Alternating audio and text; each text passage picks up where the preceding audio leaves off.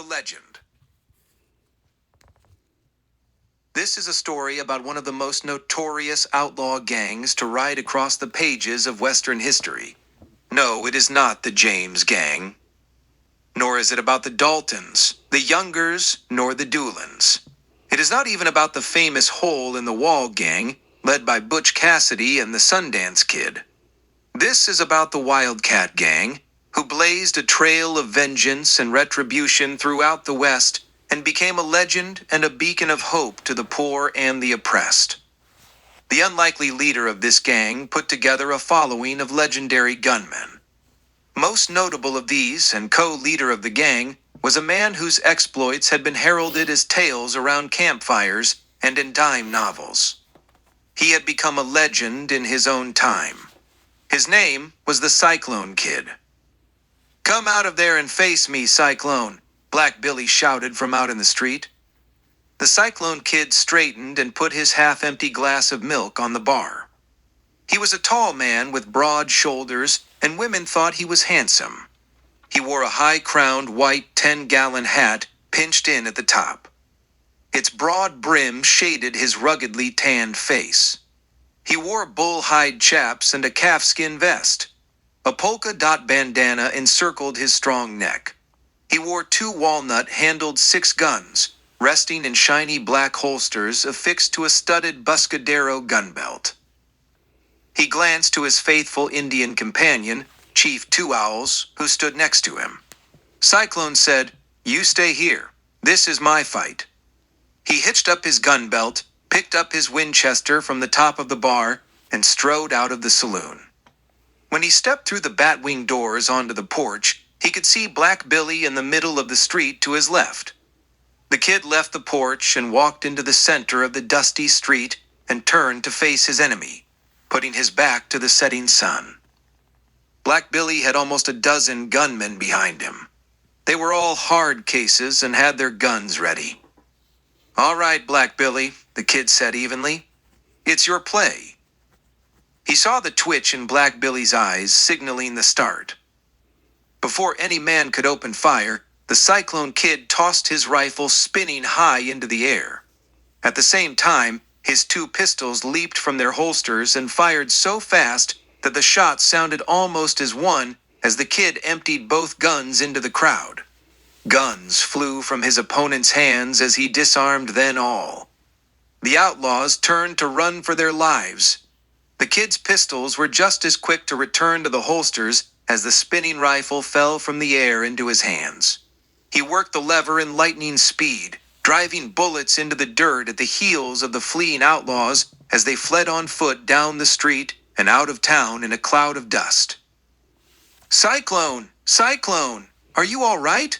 Little Nell the schoolmarm cried as she raced up behind him. The kid turned, and she rushed up into his arms. "Oh, Cyclone," she whispered. You were wonderful." "Yes, little darlin'," he said. "I was." They walked off arm in arm into the setting sun. The end. Catherine Carlin closed the dime novel. She turned it over and gazed at the gaudy front cover. There was a full color drawing of the 2-gun Cyclone Kid. A pistol was in one fist. Red flame was spouting from the gun muzzle. The kid's left arm encircled the waist of a voluptuous woman. She sighed and said to herself, "What a man. If only I could find a man like him." Catherine was sitting behind her desk in the little schoolhouse at the north end of town. Although she was not much like the schoolmarm in the dime novel, she was Thimble Creek's only school teacher. She was young, in her mid-20s, and very attractive with her auburn hair and green eyes, although she never admitted it to herself. She always thought she was much less capable and alluring than the heroines she read about in the novels. She had dismissed school almost an hour and a half earlier and had stayed to read her novel.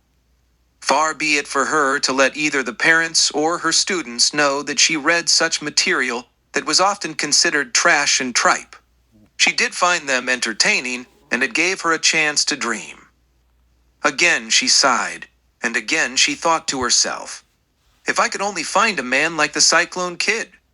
She had found a man, but he was certainly no hero. She splayed her left hand out on the desk before her and felt the twinge of sorrow as she looked at the naked third finger.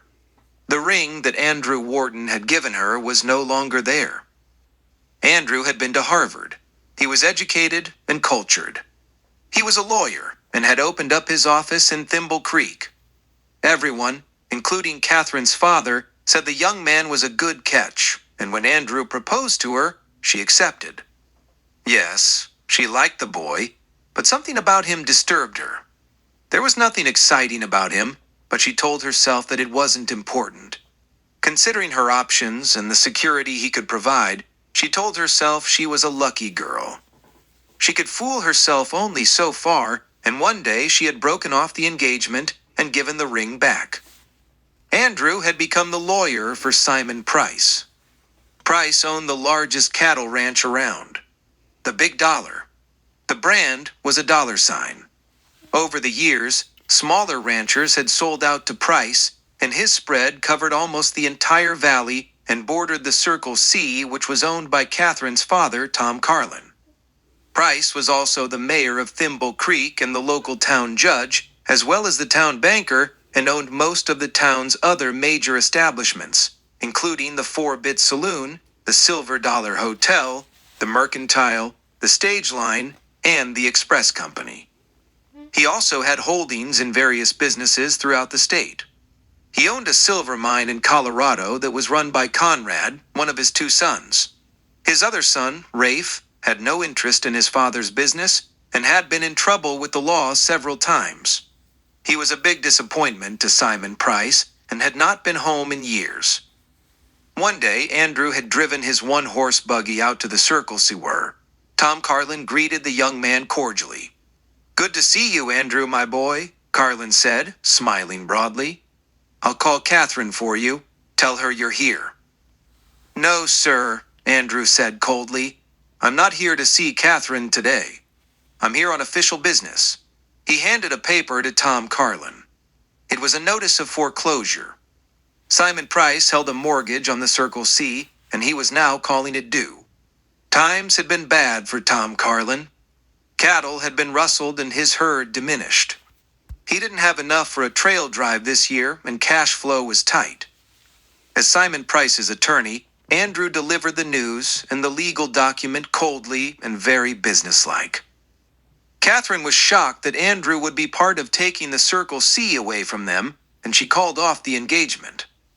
Andrew didn't seem to understand and didn't allow himself to believe that he had lost her forever. He was convinced that once she got over her initial anger, she would come to her senses and understand that he was merely fulfilling the responsibilities of his profession as profession that would provide a life of prosperity and security, especially being in the employ of such a powerful man as Simon Price. "Don't be foolish, Kitty," her father had urged. "You can't blame the boy for doing his job. Don't worry about me. I'll work things out. I won't be here forever. You've got to think about your future." Tom Carlin was right. He wasn't going to be around forever. 3 weeks later, he had still not given up his home. One night he went out on the range after rustlers and never came back. He was found dead the next morning. Simon Price and Andrew wasted no time in taking possession of the ranch. Andrew told Catherine that they could get married right away, and she and her brother Jeremy and mother Abigail, who was sick and frail and had been ailing for quite some time, could move in with him. He had been provided a nice house on the outskirts of Thimble Creek by Simon Price. Catherine was enraged and refused vehemently, telling Andrew that she could not marry a man who would sell his soul to the devil himself. She blamed Simon Price for the death of her father. After all, Price did employ gunmen. His foreman, Peso Martin, was a hard case who wore 2 guns and was more of a strong-arm man than a manager of cowhands and hostelry. Catherine vowed that someday she would make Simon Price pay for what he had done to her and her family. Paco Menendez had worked for Tom Carlin for many years and was like family. He was old now and was currently serving as cook, general handyman, and primary caregiver for Abigail. Catherine confided in Paco about her desire to fight back at Simon Price, and how she wished she had gunmen to help her as Simon Price had. It was at this time that Paco decided to tell Catherine about Tom Carlin's father, Kitty's grandfather. Tom and Abigail and Tom's mother and father, Cyrus, had come to Thimble Creek years ago. Paco was with them even then. They had built the Circle C from scratch, fought bandits and Indians, and had carved a nice home out of the wilderness. When Tom's mother passed away, Tom's father, Cyrus Carlin, lost interest in the ranch. One day he just rode off without a word and never returned. Tom was terribly hurt and angered. He would never again talk about his father or let anyone else ever mention his name, even though the name of Cy Carlin became very prominent in newspaper accounts. He had acquired a reputation as a gunfighter, and his exploits began to be the subject of campfire tales and dime novels. Writers had slurred the name of Cy Carlin into Cyclone, and soon he became a legend in his own time, known throughout the West as the Cyclone Kid. Then, the Cyclone Kid is real? Kitty was shocked. She thought he was just character in a book, much less real, and even more so to be her grandfather. I could really use his help now, Paco. Do you have any idea where I could find him? No, Paco shook his head sadly. I don't even know if he is still alive. If so, he would be an old man by now. I doubt that he could help you now. Isn't there anyone I could go to who might be able to help me find him? Paco told her about the kid's friend, Chief Henry Two Owls, who she had also read about. The dime novels had stretched the truth considerably, and Chief Two Owls was not really an Indian. His name was actually Henry Tolliver. The writers had slurred Tolliver into Two Owls. Paco had heard that Cy's friend had last been seen working with a traveling medicine show in the Big Bend area. Catherine scraped up enough money to send her mother off to a home in St. Louis. She sent Paco with her to care for her. As soon as Paco and Abigail Carlin left for St. Louis, Kitty and Jeremy set off on their quest to find Chief Two Owls. They were surprised at how easily they had found him. The chief led Kitty and her brother to Sonora, where Cyrus Carlin was being held in a Mexican jail. They broke the old man out of jail along with another down on his luck, ex-gunfighter known as Arapahoe Brown. He was somewhat younger than the Cyclone Kid, but his best days were already far behind him. Now, with her gang formed, including herself, the Cyclone Kid, Chief Henry, Arapahoe Brown, and Jeremy. The five of them rode hard and fast against Simon Price and his gunfighters. They wreaked their wrath on Simon Price. They robbed banks, stagecoaches, and mines owned by him. They wreaked total havoc, and Simon Price eventually dubbed Catherine Wildcat Kitty, and the gang became known as the Wildcat Gang. Simon Price also controlled the law in Thimble Creek. The sheriff, Harvey Trask, was nothing more than another hired gunman dancing to Price's tune. He had been ineffectual in capturing the Wildcat Gang, so Simon Price appealed to the United States Marshal's office asking for help.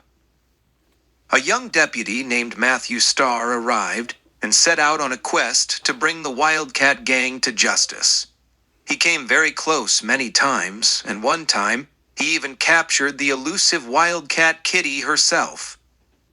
While taking her back to Thimble Creek, they camped on the trail one night. As the campfire embers burned low, Kitty escaped and stole off into the night. But she had stolen something else that night. She had stolen Matt Starr's heart. From that time on, with a heavy heart, he knew it was his duty and responsibility to track down the woman he loved and bring her to justice. Chapter 1. The Concord stage bounced and swayed along the winding, rutted trail out of Thimble Creek. The passengers inside tried to cope with the jolting ride to no avail. They heard the driver up top shouting to the horses, and the crack of the whip behind their ears was as loud as a pistol shot, clearly heard above the rumble of the iron wheels against the dry gravel road. Matt Starr shifted in his seat as the stage wheels clumped over the bumpy road. He slewed to the right, pressing up against the side and close to the open-air window. Dust plumed by, some of it drifting into the coach itself. He was riding backward, having given up his seat across the aisle to the somewhat overweight matronly woman and her rotund husband.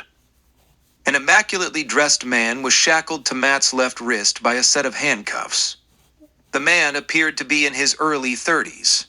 He had a handsome, clean-shaven face. Slight creases lined his broad forehead beneath his broad-brimmed, low-crowned black hat. There was a twinkle in his eye, and he exuded a carefree attitude. With his brocaded vest, black string tie, and gold watch chain hanging from his vest pocket, he was a fine figure of a man. The way that he carried himself, even while riding backwards on the seat of this jolting vehicle, would normally tell the world that he was a gentleman, or a dandy, except for the iron handcuff clamped to his right wrist. Marshal Matt Starr failed to hide his expression of annoyance as he bounced against the side of the stage, pressed by his prisoner, sliding into him. He pushed the dandy back to his side of the seat and moved back to where he had been sitting. The clatter of the iron wheels beneath them, the pounding of the 6 up-team horses' hooves, the drivers yelling at the animals, and the crack of the whip echoed in their ears, creating a din. More dust blew in from the side door windows.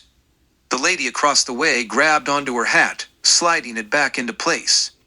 Her husband straightened the lapels of his tweed suit coat and grasped hold of a hand strap hanging from the side and next to the window. The dandy chuckled at the other passengers' discomfort. "The ride's a little bumpy, but we're making good time," the man said.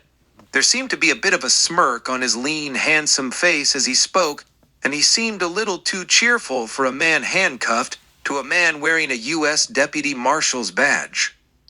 The overweight lady opposite him merely grunted, "Rumph," indicating her disgust with the dandy. "I told you not to bother the other passengers," the lawman said sternly. He was a young man in his late 20s and had already garnered a reputation for himself as being a competent lawman with considerable skill with guns and fists. He was lean and of medium build.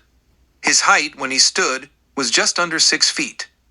He had a round, youthful face, apple cheeks, and brown eyes. Neatly cropped brown hair could be seen protruding from beneath his compact brown Stetson hat, loosely held by a chin strap. He wore a black string tie and a gray shirt that bloused at the shoulders. Tapered black trousers poured into the tops of highly polished black stovepipe boots that reached mid-calf. He wore a matching shiny black leather gun belt with a holster on each side. The right-hand holster held a plain black-handled Colt.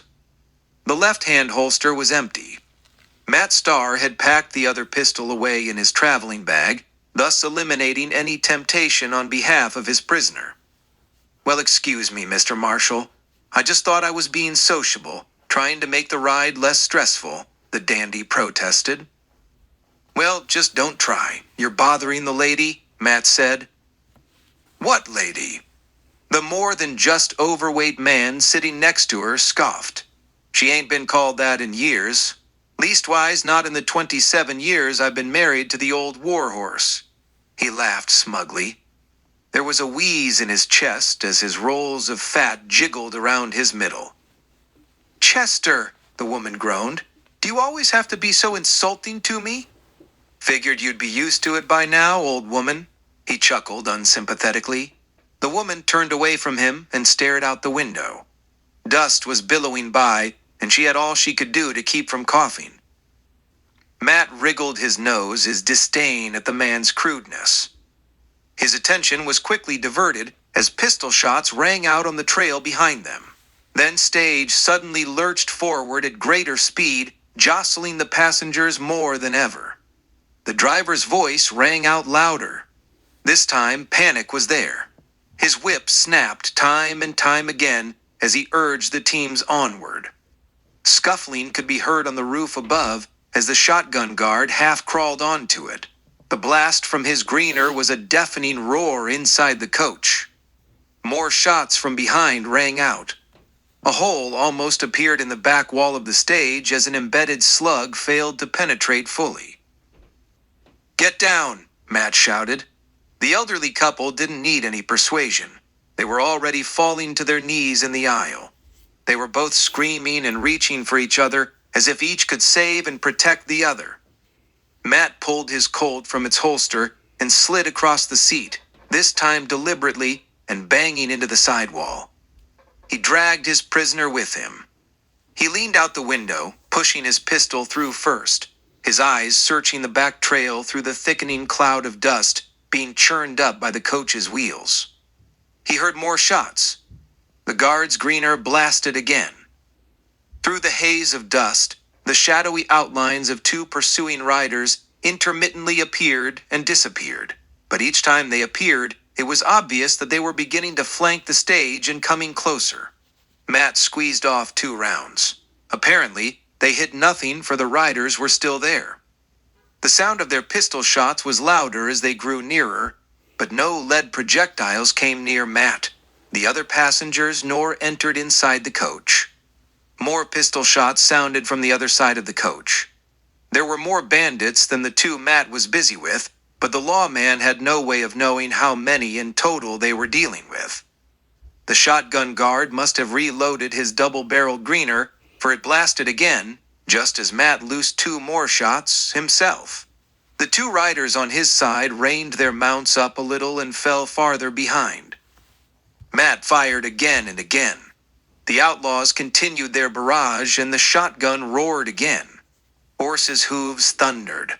The driver's voice rang out louder and again, his whip cracking in rapid succession. Iron wheels rattled, clanked, and churned in the gravel, rising to a clattering crescendo level. Fleeing quarry and determined pursuit were swallowed up by the ever-increasing cloud of dust. Up ahead, a little farther along the trail, on a ridge above, 5 riders sat in their saddles on their mounts, waiting. One rider sat a paint horse and was obviously a woman. The big man on a chestnut mare next to her checked his pocket watch, then returned it to his vest pocket beneath his black duster. He murmured almost to himself, but also for the benefit of his companions, stage ought to be along any minute now. He was an elderly man with broad shoulders and a large build. His expanding girth was hidden beneath the duster. Gray hair hung below his dilapidated high-peaked 10-gallon hat. The brim was wide, and the ground was stained with sweat, turning what was once a white hat to dark gray. A polka-dot bandana hung loosely around his thick neck. They had been waiting a half hour for the stage to come along. Once they would see it round the bend down the trail, they would pull up their bandanas, ride down, and block the road. He had no sooner proclaimed his prediction when the first sight of the stage appeared. The horses were running full steam, hell-bent for leather, dragging the stage around the bend. "Looks like they're in one hell of a hurry," the tall man on the gray stallion next to him said. This man was not quite as old, even though his hair and stubble beard was snow white. "Hurry nothing," the female rider interjected.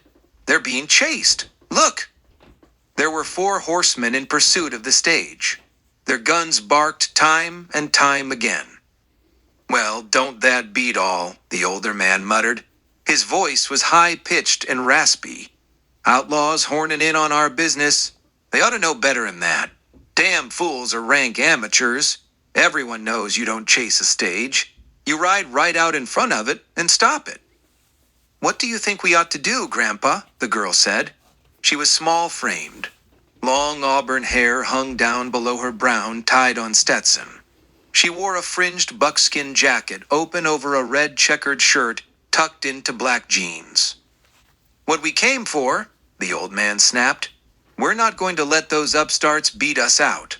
Come on, let's go." He pulled his bandana up over his face, pulled his pistol from its sheath, and gigged his horse forward, angling down the incline. The others followed suit, pulling their bandanas into place and following the old man. Matt Starr was still firing back at the outlaws when he saw the riders on the ridge. He was sure he recognized at least 2 of the horses and smiled wryly to himself. He opened up and poured 3 more shots after the pursuing outlaws. The riders from the ridge opened fire at the outlaws as they came rushing down toward the trail, firing and filling the air around the bandits' heads with a hail of bullets. The bandits reined back, slackening their speed as the newcomers caught their attention. They turned their guns onto the interlopers and returned fire. Their retaliation didn't last long. The oncoming riders never slackened their pace, nor let up their attack. They just kept throwing lead as they came on. The 4 bandits quickly realized they were in trouble. One of them, probably the leader, signaled to the others, as if urging them to give up the fight, and wheeled his horse to ride back along the trail from which they had come. The others followed suit and retreated after him in a cloud of dust. The oncoming riders were still firing as the bandits rode off until they were out of pistol range. Then they turned their attention to the fleeing stagecoach, which was already passing them by. It was too late to get in front of it and block the trail. They wheeled their horses in pursuit, 3 of them riding alongside the stage, while the other 2 rode forward, racing with the teams until they were abreast of the 2 lead horses, 1 rider on each side of the team. They each reached out and grasped the bridles and pulled them to a halt. The stage rumbled to stop in a swirl of dust as the 6 up came under control. The 2 riders turned to point their guns at the driver and guard. The driver quickly raised his hands, still clutching the leathers in his fingers. The guard was slumped over, half lying on the top of the coach. Blood oozed from a gaping shoulder wound. His shotgun had apparently fallen back along the trail. The other 3 riders pulled up alongside the coach. "All right, you folks, inside. Come on out of the coach. Keep your hands in sight and don't try nothing," the man in the polka dot bandana ordered. He fired a shot into the rim just below the stagecoach door, just to emphasize the necessity. The other 2 riders dismounted, guns in hands, and approached the stage. The tall bandit in the gray duster pulled the door open. "You're just as much out of luck as those other Jaspers would have been," the driver up top said. "We ain't carrying nothing but passengers this time." The old man wearing the polka dot bandana said, "Don't give me none of that hogwash, mister. We know you're carrying that army payroll to Fort Lowell."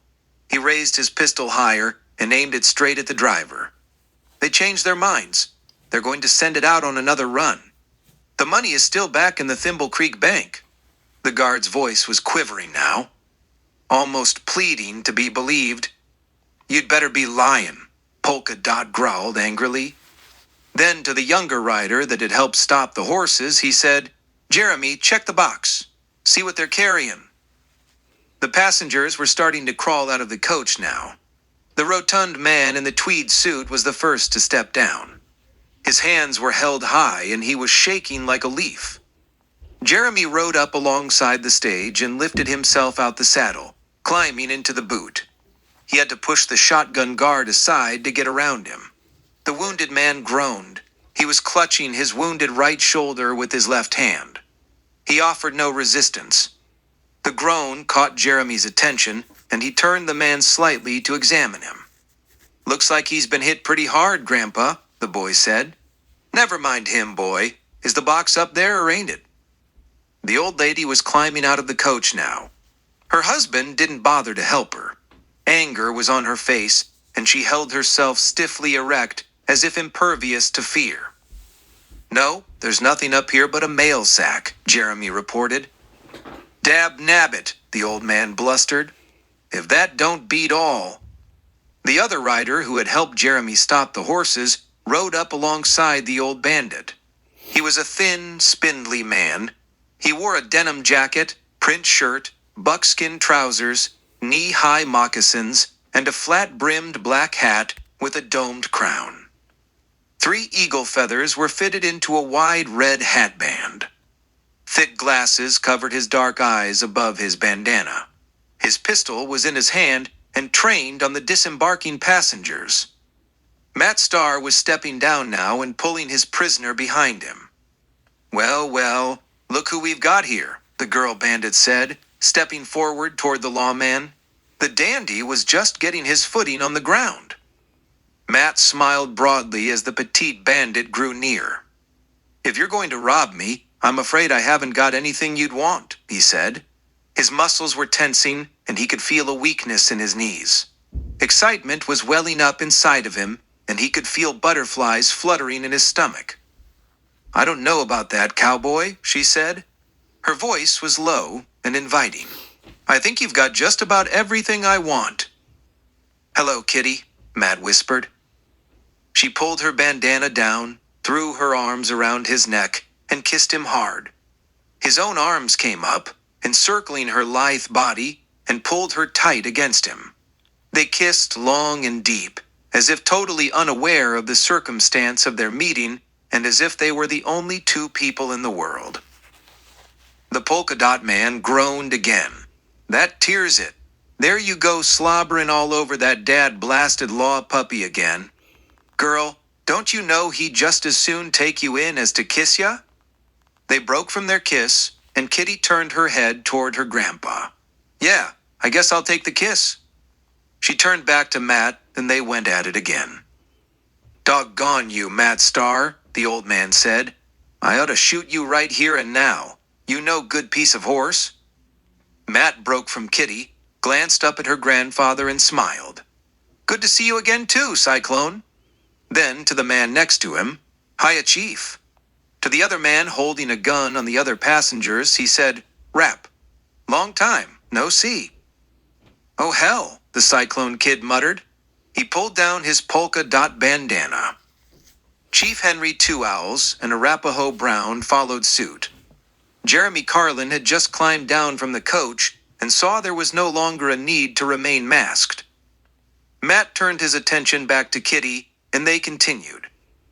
"Oh, my stars," Cyclone groaned again. "Ain't you two ever gonna stop this consarned foolishness?" Neither Matt nor Kitty seemed to hear nor care.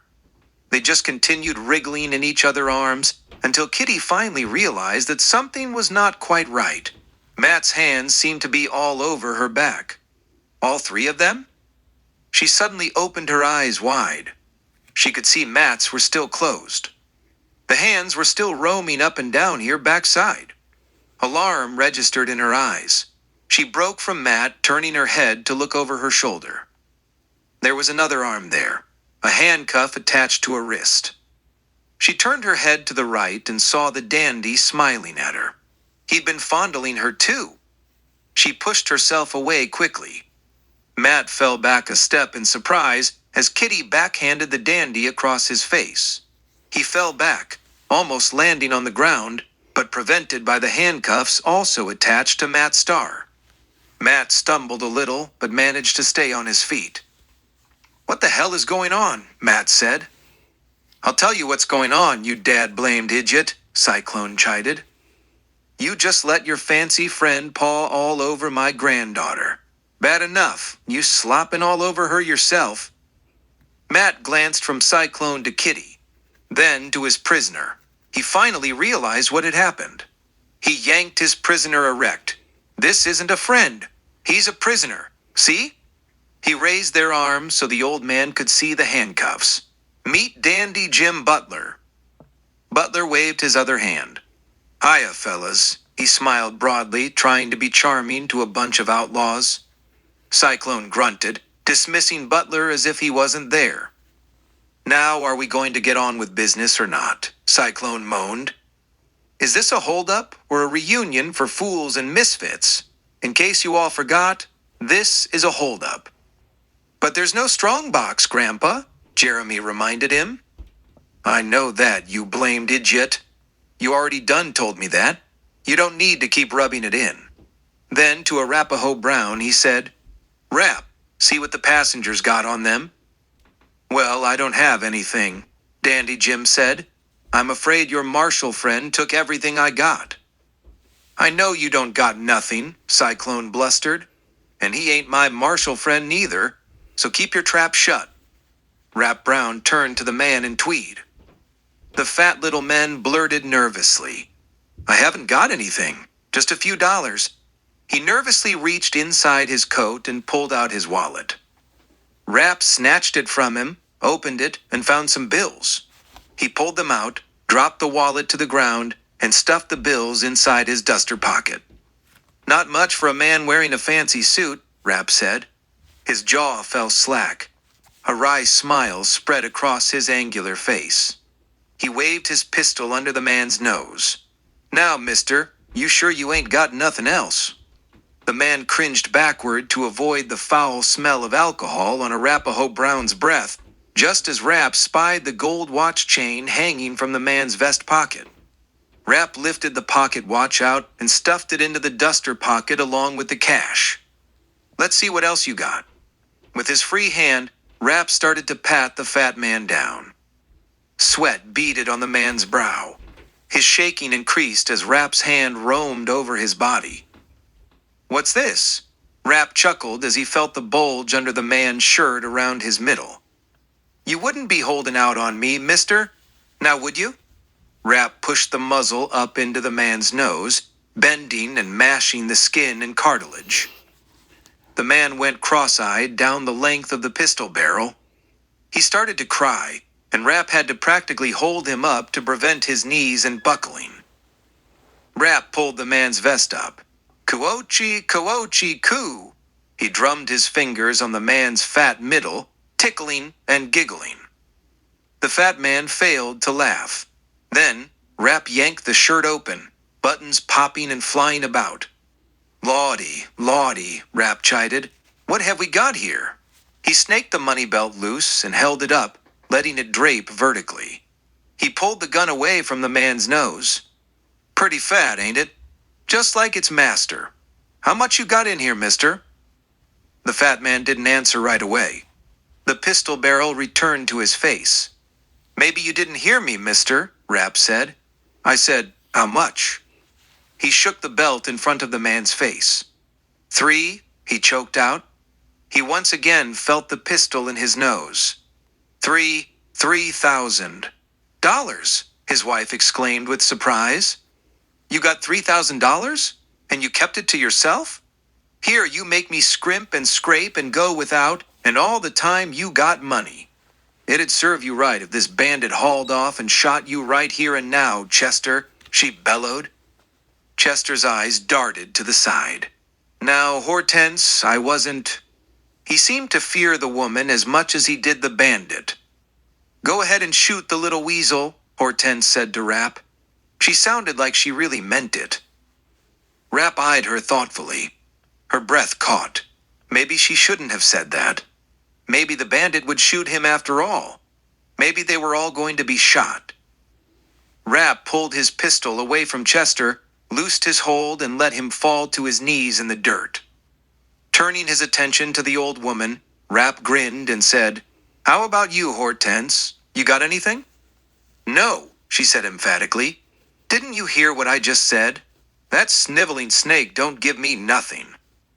I heard you all right, Rapp chuckled, but I'm going to find out for myself. He grabbed her arm and pulled her toward him. What are you going to do to me? Her eyes were wide with fear. Rapp started toward the rear of the coach, half dragging her with him.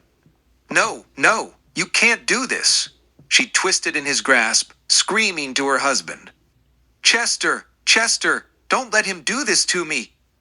Chester just covered his head with both hands and leaned into the dirt sobbing. For Pete's sake, Rapp, the Cyclone Kid fumed. You gonna take all day with this?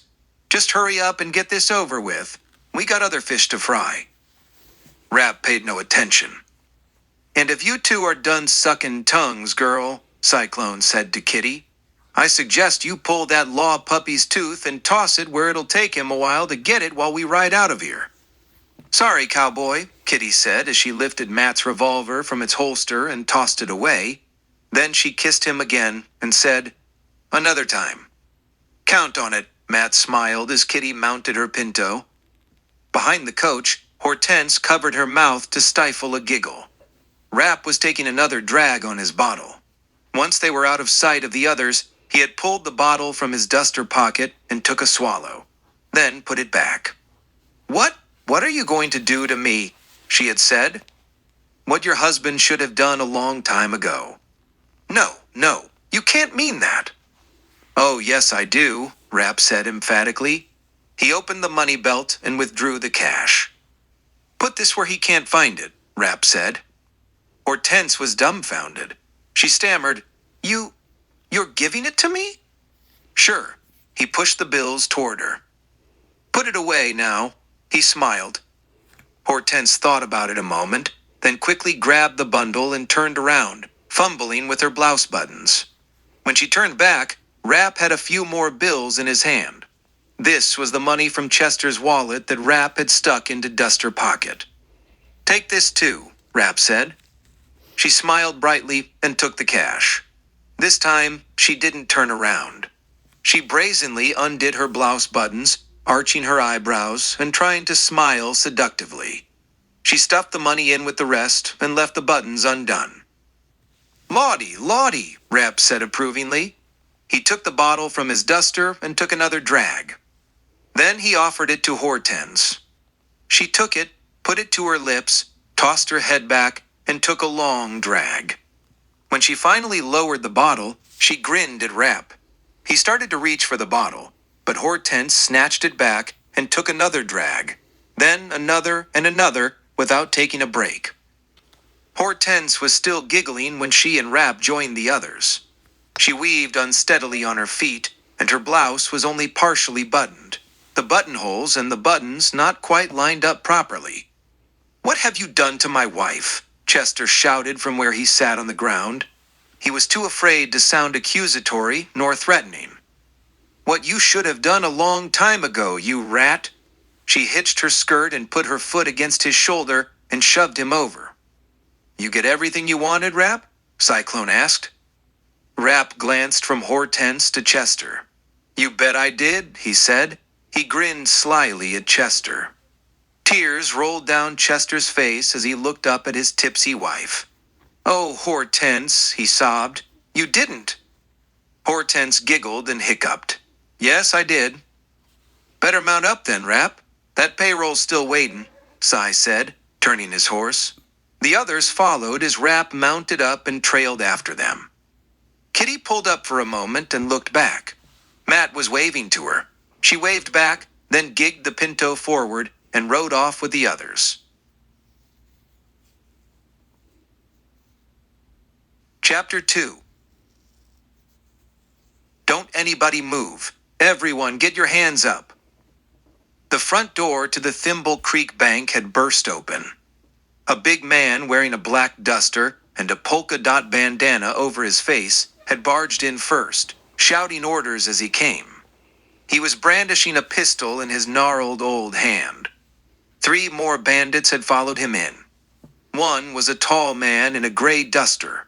One wore eagle feathers in his hatband and eyeglasses encircled his eyes above his mask. The other one was of slight build. Long auburn hair hung shoulder-length beneath a brown Stetson. They all had guns in their hands and pushed in close to the bank's occupants. The teller, behind the caged window, threw his arms skyward, straight up. His normally pale, mousy face turned even more pale. His dark eyes above his puny black mustache were round as saucers. The 3 customers twisted around. The man, currently at the window, clutched at his wallet as he backed up against the wall.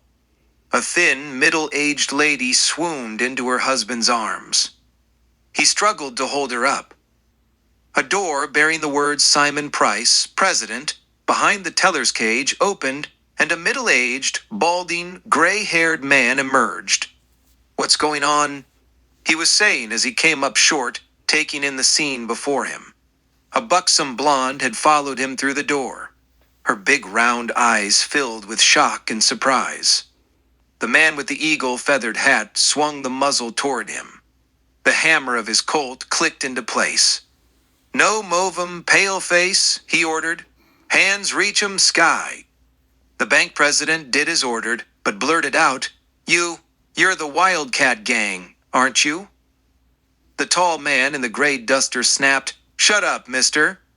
You'll never get away with this, Kitty Carlin, the banker directed toward the auburn-haired bandit. The big man in the polka dot mask turned his attention to the banker. Rapp told you to shut your pie hole. He tossed a gunny sack to the teller. "Fill it, and be quick about it," he ordered. Wildcat Kitty, the Cyclone Kid, and their companions reined their horses to a halt on the outskirts of town, where the main street was just beginning. Dust swirled up around them as their mounts skidded to a halt. They had been traveling fast, and their horses needed a breather. Besides, they would cause less attention if they rode slowly and nonchalantly down the street. As their mounts rested, they checked out the activity in town. It was a fairly quiet day in Thimble Creek. From the livery and blacksmith shop, the clanging of a hammer on an anvil drifted on the still late morning air. A few people were wandering in and out of business establishments along the street. There didn't appear to be any lawmen in sight. All looked peaceful and normal, except for one thing. There were 5 horses in front of the bank, but they weren't tethered to a hitch rail. A young man stood with his back toward the street. He held the reins of all 5 horses in his hand. There was something very familiar about the horses, especially the big gray and the pinto. "Look, Si," Rap Brown said. He was a bit groggy from too much whiskey. "We're already here. We must still be inside. Jeremy's holding the horses." "You consarned idiot," Cyclone retorted. "We're not there. We's here." Rap squinted his eyes as if they pained him and gazed at his companions. "Sure looks like our horses, though," he said. "Grandpa," Kitty said in a low voice, filled with apprehension and concern. "I don't like the looks of this." "Neither do I, Kitty," Si said. "Neither do I." He drew his pistol from his holster. Just as it cleared leather, shots rang out inside the bank. The front door swung open and bandits poured through it, rushing to the waiting horses. "Well, I'll be a ring-tailed, horny toad," Cyclone muttered as he watched an auburn-haired girl swing into the saddle of the pinto. The other bandits also looked familiar as they mounted up. "I told you it was us," Rap said triumphantly. "How much you think we got?" "You idiot. We didn't get nothing. They got it, and they're making it look like we did it." The fake Wildcat gang was already heading out of town, galloping their horses and shooting wildly at nothing. The door to the sheriff's office swung open, and a stocky man wearing a star ran out into the middle of the street. His 6-gun was in hand, and he unloaded it in a roaring barrage at the fleeing bandits. They disappeared unscathed, out of town in a cloud of dust. "What are we going to do, Grandpa?" Kitty said, panicky. "We're not going to be cheated out of that payroll again," the old man said. "We're going to get it back, but we'd better circle the town in order to get after them. The law already thinks we'd done the stick-up. If we're seen, they'll be on us like fleas on a hound dog." He sheathed his pistol, lifted the reins, turned his chestnut's head, and gigged her forward. "Come on, let's get moving." They rode out in pursuit. The 6-up team barreled into Thimble Creek at a full gallop, the Concord stagecoach's iron wheels clattering and churning up a cloud of dust. The street was already busy, filled with men and horses gathered around the sheriff's office. They quickly moved to the side of the street as the coach came roaring in and sliding to a halt in front of the express office. Matt Starr was sitting up top on the boot next to the driver. Dandy Jim Butler was sitting cross-legged on the top of the stage next to the luggage. Each of his wrists was handcuffed to a rail on each side of the roof. Matt and Butler were riding outside in order to make room inside the coach for the wounded shotgun guard. Matt had ordered the driver to turn around and return to Thimble Creek as fast as possible. The guard needed immediate medical attention, and Matt needed to head off the Wildcat gang from robbing the bank of the Army payroll that they failed to get in the stage holdup. These were the main things on his mind as he jumped down from the boot to land in the dusty street below. He had not yet thought about the men and horses already cluttering up the street. But the others were not so single-minded. Several townsmen were hustling toward the stage as Matt opened the coach door. "Someone, give us a hand," Matt shouted absently at the approaching men. Stage was held up. He didn't bother to say by whom. "Guard's been shot. Need to get him to a doctor." He stepped aside as several men leaned into the coach, filling the doorway. They started pulling the wounded man out. "Careful," one man said in warning. "We don't want to hurt him when we move him." Matt stood to the side, making room for the men to work. They quickly pulled the shotgun guard out and carried him away. Chester and Hortense then disembarked, and Matt could hear the two of them arguing as they got their luggage and trudged off down the street toward the hotel. "Hey, what about me, Mr. Marshall?" Dandy Jim Butler called down to him from his perch. "You just sit tight," Matt answered with annoyance. "You're not going anywhere." "Tell me something I don't know," Butler chided sarcastically. Matt ignored him. A man with a star on his vest was approaching. "What happened, Marshall?" Sheriff Harvey Trask demanded. "Hold up, a few miles out of town. The outlaws got away with one of the passengers' cash. The stage wasn't carrying anything else but the mail. Guess they didn't want that." As he spoke, Matt finally became aware of the activity that had been going on when they rode into town. He changed the conversation. "Looks like something going on here too." "What's happening?" He was almost afraid to ask. "Bank's been robbed," Trask said. "The Wildcat Gang." "The Wildcat Gang?" Matt exclaimed. "How could that be?" Matt thought to himself, how could they have gotten here so fast? "Are you sure?" he asked. "Sure as shootin'," the lawman said. "Rode in and out of here in plain sight. Just as bold as you please. Got away before we knew it. Just now getting up a posse to go after them." "Anybody get hurt?" Matt asked. "No, but Simon, Flo, his teller, and the customers were pretty shook up." Matt felt a little relief. At least Kitty and her gang hadn't racked up any more serious charges than robbery. He feared that it was only a matter of time before somebody got hurt and they would be facing possible murder charges. He knew his duty was to bring Kitty to justice, but he hoped on hope that he would never have to bring her in to face a rope. "Did they get the Army payroll?" Starr asked. "The Army payroll?" Trask seemed surprised. "Why no," the sheriff said. "It was at the express office. I don't think the Wildcats knew about it. We kept it all hush, hush. How did you know about it?" "I just thought I heard something about it is all," Matt said. Something seemed awfully wrong here. Kitty and her gang certainly knew about the payroll. "How much did they get?" Matt asked, quickly directing the conversation away from the Army funds. 20,000, Trask said much too quickly. Matt nodded and asked, "How soon are you pulling out, Sheriff?" "We ought to be hitting the trail in about 15 minutes. I need to finish up outfitting the crew with weapons, and I need to check in on Simon too." "Why?" There was a hint of apprehension in the sheriff's voice. "I'd like to go along," Matt stated flatly. "But don't you have to get your prisoner to Tucson right away?" There was something in Trask's eyes that Matt didn't like. "Blaze Turner's trial doesn't get started until a week from Thursday. As long as I can get Butler there in time, I think I can spare the time for a little while, at least." Blaze Turner was going on trial for a land swindle, involving a phony dam and fraudulent water rights. Dandy Jim Butler was a con man, swindler, and cheating gambler. He had been implicated in Turner's scheme as an accomplice, and Butler's testimony would put Turner behind bars and maybe save the gambler from doing time himself. The sheriff thought for a moment, then agreed. "If you can get outfitted with a horse and be ready." "Sure. If not, well, I suppose you could always catch up if you're a mind to." "Fine," Matt said. "I'll have to board my prisoner in your jail again until we get back."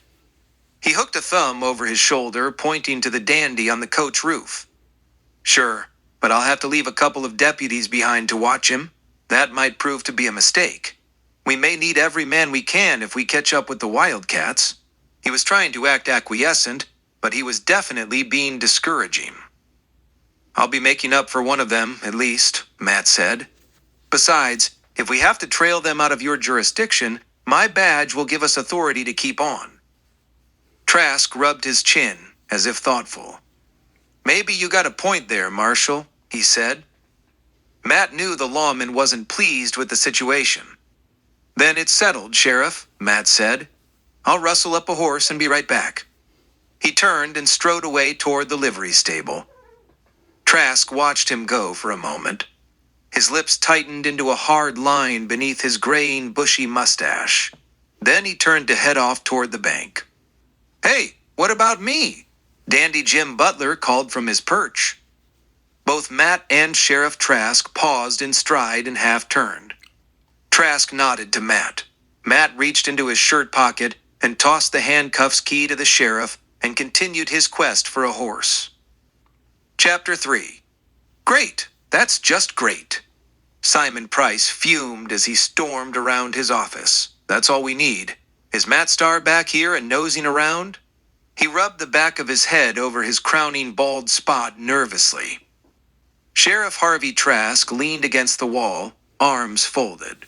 Flo Baxter, Price's so-called secretary, who also fulfilled other miscellaneous and varied duties, slouched lazily in a leather armchair in the corner. She was heavily rouged, and her eyes were circled with excessive mascara and eyelash. She amply filled out her tight, clinging, low-cut blouse, and extra poundage around her waist tugged at the fabric of her skirt. She looked bored and uncaring about Price's new dilemma. After all, she thought to herself, Matt Starr was a very attractive man, even if he was several years her junior. Price whirled toward the sheriff. The last thing I want is for that marshal to tag along with the posse. We can't risk him finding out that we rigged the robbery ourselves and blamed it on the Wildcats. What was I supposed to do, Simon? Trask appealed. I was afraid if I said no, he'd get suspicious.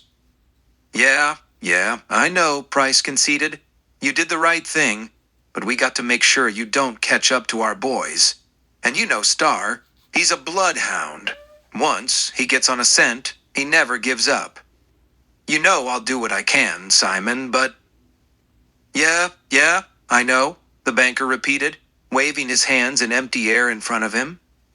He turned away and thought for a moment. Then he spun back around. His dark eyes brightened.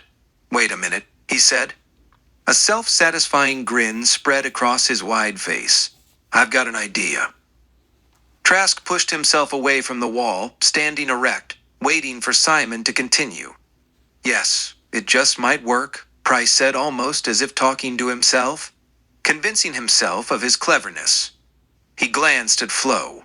He grimaced a little, noting her lack of interest. Flo, get that big butt of yours out of that chair.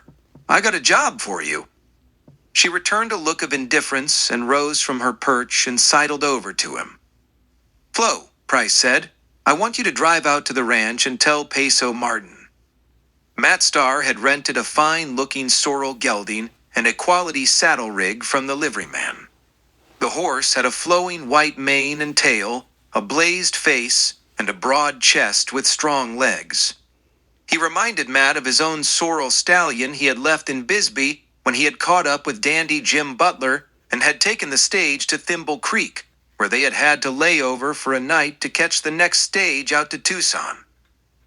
He returned to the express office and retrieved his carrying bag, which held the matching black-handled Colt he had packed away instead of carrying it in his left holster while handcuffed to Dandy Jim.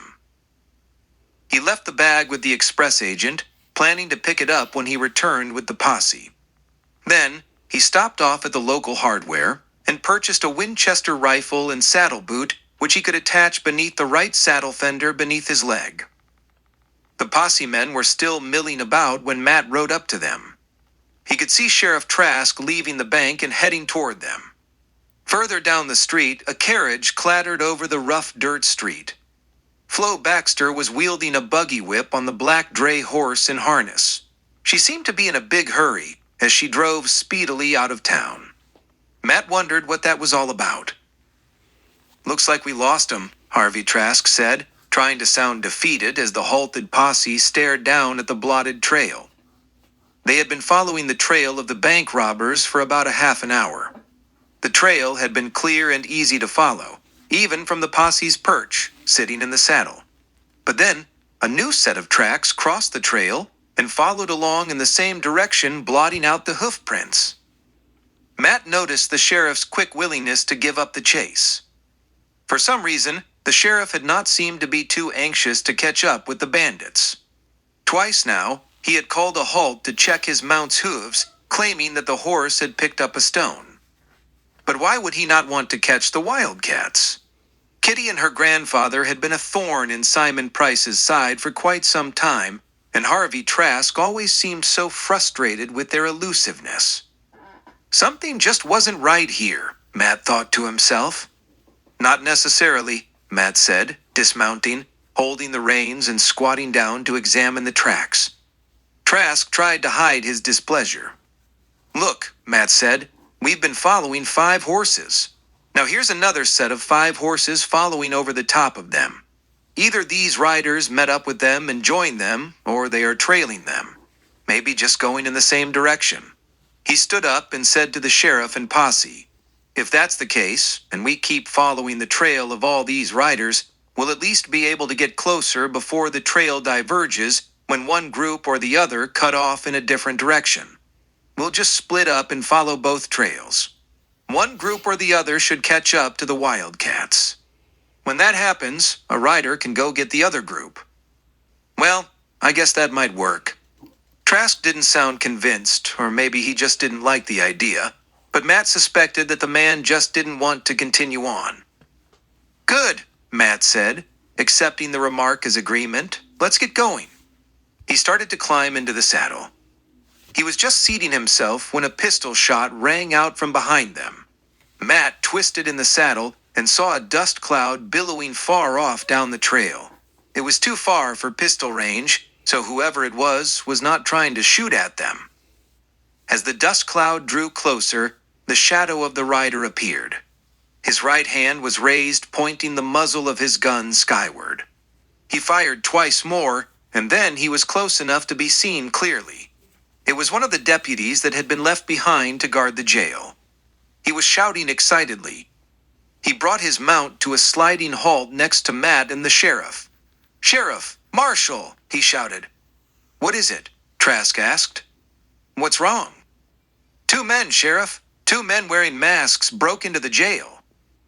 Then to Matt, he wheezed, "They took your prisoner, Marshal. They got away." Matt had no idea that Butler might have any friends who would want to break him out of jail. But maybe Blaze Turner might have someone who might want to keep the gambler from testifying. It didn't make sense, though. How would anyone know he was in the Thimble Creek jail? How would anyone know they were not still on a stage to Tucson? "If you have to go back to get your man, Marshal," Sheriff Trask said, "we can keep after the wildcats." He sounded just a little too eager, Matt thought. Matt thought for a moment. Something was going on with Trask. He didn't know what it was, but he was sure now that the sheriff did not want him along with this posse. Perhaps Dandy Jim Butler's escape was part of a plot to get him off the trail. Whatever was afoot, one thing was sure. He couldn't allow the dandy to get away. His testimony at Blaze Turner's trial was too crucial. "Don't worry about the wildcats," Trask said. There was a positive enthusiasm in his voice. Perhaps just a little bit too much. "We'll get them." "All right," Matt agreed. He'd have to play out the hand he was being dealt and see what would happen. "See you later." He lifted the reins and rode off down the trail to Thimble Creek.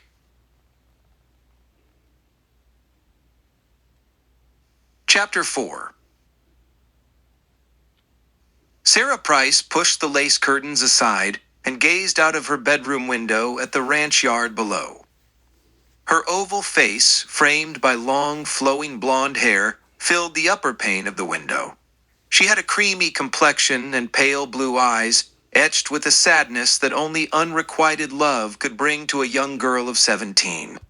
From her perch on the second floor of Simon Price's ornate Victorian mansion, she watched the opened doorway of the barn across the way. Outside the barn, next to the corral gate, the buggy that Flo Baxter had driven to the Big Dollar sat parked. Just a few minutes ago, Sarah had been downstairs and out in the massive, well-manicured yard of the big house. Sarah had been watching Peso Martin going about his chores and tending to the horses in the corral. Peso Martin was a strapping, fine figure of a man with broad shoulders and lean hips. Black, curly hair peeked out below his broad-brimmed black hat with a silver concho hatband. His rugged face was clean-shaven.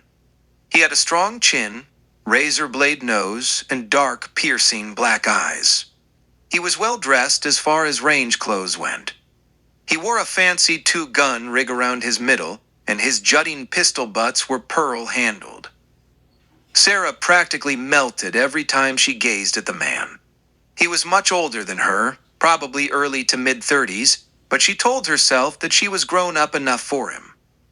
A time or two, Peso had let her prove that to him, and she made herself believe that he really did care about her. "What you doing, cowboy?" she had said coyly as she sidled up behind him. He had just led a big black stallion into the corral and released the hemp rope noose from around his neck. He was closing the gate behind the animal when he heard the girl approach. He didn't answer or acknowledge her presence as he fastened the gate shut. Sarah was smoothing down her frilly yellow dress as he turned around. Her big round eyes were full of expectation, and she batted her eyelashes in a manner that she thought would arouse Peso. "I've been watching you," she said. He walked past her brusquely without a word. "You look so manly when you're working," she said almost nervously, spinning on her heel, following his movements as he strode by. I didn't mean that you don't always look manly. 'Cause you do. It's just that I like to see the sweat glisten on your chin." Peso tossed her a furtive glance, looked a bit perplexed, and grunted. He lifted a saddle that had been resting on a corral rail. "I'm busy." "Sarah," Peso said curtly, as he started for the barn with the saddle. "That's okay," she said after him. "I'll just watch." She hoped to herself that she wasn't sounding too much like a child. But then, how could she? She wasn't a child. She was a woman fully growed, she told herself. Peso turned back toward her. He sighed with irritation. "Don't you have anything better to do with your time, Sarah?" he said. "What could be better than being here with you, Peso?" She gave him an up-from-under smile and said it in a low voice, which she hoped sounded seductive and intriguing. Obviously, she had not seemed to notice Peso Martin's disinterest, or perhaps she was so smitten with the big man that she could not bring herself to accept the fact that Peso was not returning the same feelings for her that she had for him. "I think you've got company, Sarah," Peso said flatly, gazing over her shoulder at the driveway behind her that led up from the road below. He turned and continued on to the barn. Sarah spun on her heel to look behind her. An open gated archway built of logs loomed over the drive. In big letters, Simon Price's ranch was identified as the Big Dollar. Rolling through under the archway, a brown draft horse pulled a small one-seater buggy, just big enough to accommodate two people. It had a covered roof with fringe on three sides. The back of the buggy was fully enclosed. A dapper young man in a brown suit, dressy tan vest, frilly white shirt, and derby hat tooled the vehicle into the yard and expertly pulled the horse to a halt beside Sarah. He was a very good-looking man, though small in stature. His complexion was almost a white pallor, and his hands were soft. He seemed totally out of place in the outdoors. "Hello, Sarah," he said with a beaming smile. His words were clear and distinct. Obviously a man of culture and education. "Sorry I'm late. I had some things I had to clear up for your father," Andrew Wharton said. "Late?" Sarah repeated, looking a little perplexed. She glanced back behind her and caught a glimpse of Peso Martin disappearing into the barn. Then back to Andrew. "Oh, that's right. I'd forgotten we were going for a ride today." "I'm sorry," she said nervously, glancing back toward the barn. No sign of Peso. "Are you all right, Sarah?" Andrew said with concern, noting her uneasiness. He stepped quickly down from the buggy. "Well, to tell the truth, Andrew," she said, "no, I'm not feeling well. Not feeling well at all." Andrew grasped both of her arms and pulled her toward him. He could feel her resistance. She turned her face away from his as he pressed closer. "Would you mind, Andrew?" she said. "If we didn't go today, I've got a terrible headache and I just don't feel up to it." "Well, if you really don't feel well—" "I said I didn't," she almost snapped in defense. Andrew felt a bit taken back. He leaned back away from her, studying her face. She was still not looking him in the eye. I'm sorry, I didn't mean to snap at you." She suddenly realized how she might be sounding. "That's all right," Andrew said. "I understand. You're not feeling well. Of course we can go riding another day." He sounded hopeful. Andrew seemed relieved, but somehow he still had reservations. "Good," he said. "Just for a minute there I thought maybe there might have been something wrong between us." No, of course not. You know how much I like you." "And I like you too," Andrew said. "You know that, don't you?" "Of course I do," Sarah responded. He leaned closer as if offering a kiss, but she turned her head away again. I really must go inside and lie down," she said, starting to pull away. Andrew loosened his grasp and she wriggled out. She glanced back at the barn. Still no sign of Peso Martin. Then back to Andrew she said, I am sorry, Andrew. I really must go now. Thanks for making the trip out. It was really good to see you." She didn't sound quite convincing, Andrew thought. A frown of concern deepened across his brow. Sarah whirled and hurried toward the house. As Andrew watched her go, he shouted after her, "Are we still on for the dance Saturday night?" She halted at the front door, her hand already on the knob, turned and answered, "Sure, I'm looking forward to it." Then she added, "Sorry you made the trip out here for nothing today. I'll make it up to you. I promise." She opened the door and disappeared inside, closing the door behind her. Andrew stood there a moment, staring at the closed door. He felt hurt with pangs of perceived rejection, but he tried to tell himself that he was imagining things. After all, she did say she was glad to see him. And didn't she promise to go with him to the dance on Saturday? She just wasn't feeling good, he told himself. That's all there was to it. He climbed back into the buggy, took up the reins, and turned in a tight circle to head back down the drive toward the road. He still hadn't quite convinced himself as he drove through the overhead archway. "Why do you treat that boy the way you do?" Eunice Price said, as Sarah entered the vestibule, closing the door behind her. Eunice stood in the entranceway to the parlor. She was a small, framed woman in her early 50s, and wouldn't have shown her age if it were not for the lines of a sad, haggard face and swollen eye pockets. The wine glass in her hand was almost empty. Had it not been for her dependence on its contents, she might have looked younger. But the sagging skin beneath her delicate pointy chin and her disheveled hair, once brown but now graying, leaving nothing but stray brown strands still visible, belied any hint of lost youthfulness. She had once been a fine lady from Virginia, but life as Simon Price's wife had stolen any sense of pride and dignity she had left. She knew that Simon had married her for her daddy's money. Colonel Samuel Harcourt had been a hero in the Southern Army during the war between the states. His lavish plantation in Virginia had been burned to the ground, but the colonel was still a wealthy man when Eunice married Simon Price. Colonel Harcourt warned Eunice about Simon Price being nothing but a moneymonger, and when she ignored his warnings, he threatened to disinherit her. Unfortunately for the colonel, and fortunately for Simon Price, Sam Harcourt met with an untimely death, slain by an unknown assassin before the will could be changed. Eunice inherited the entire fortune after all, and Simon used it to build his empire. "You know that boy is in love with you, Sarah," Eunice said. Her words were starting to slur already, even though it was still before noon. She swirled the liquid in her glass and took another sip. "What would you know about love, Mother?" Sarah answered angrily. She hated seeing her mother getting sloshed. And it seemed to be happening more and more often and earlier in the day. "All you know is sitting around and drinking?" You don't know how to love anymore.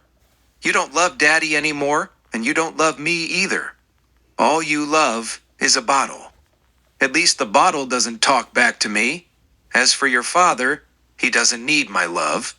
My money is all the love he needs." She started to take another swig from her glass, but then she noticed it was empty. "Time for a refill," she said, and shuffled unsteadily on her feet into the parlor. Now, as Sarah stood at her bedroom window, she was seething with anger. She has seen a carriage and team of horses rolling at a fast clip up the drive and passing through under the overhead arch. She had recognized the driver right away. It was Flo Baxter. She had brought her team roaring into the barnyard and reining them to an abrupt halt in a cloud of dust.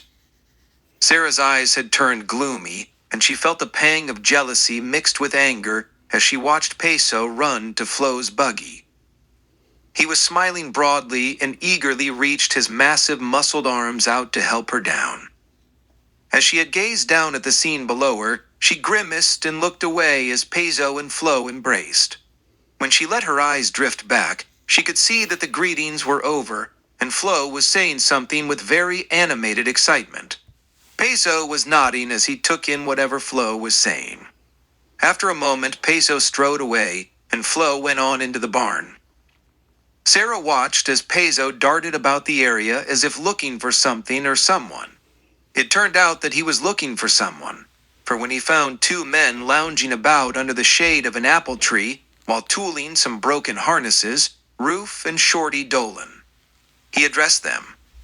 They were listening intently as if taking instructions. She could see their heads nodding. They dropped their harnesses and went quickly to the corral, snaking saddles from a rail. Peso strode away and went into the barn, disappearing into the darkness of the interior. The two cowhands had saddled, mounted up, and had ridden away at a gallop, and Peso Martin was still in the barn. Sarah was grumbling to herself, telling herself what was going on inside the barn, and then immediately telling herself that she was wrong and it wasn't true. How dare she think such things of the man she loved? But minutes dragged on. She became impatient and started to pace around her bedroom, but always returning to the window. She was beside herself now. Tears dripped down her cheeks, and she felt confused with anger and sorrow. Finally, as she returned to the window, she saw the couple emerge from the barn. Flo was adjusting her hat and brushing straw from her skirt. Peso was adjusting his gun belt as he escorted her to the buggy. They halted briefly and embraced one last time before he helped her into the carriage. Sarah leaned against the window frame. Her knees were shaking, and she felt weak all over. Her eyes were fixed on Peso. It wasn't so, she told herself. Peso Martin stood in the barnyard for several minutes, watching Flo drive away. Then, as she disappeared into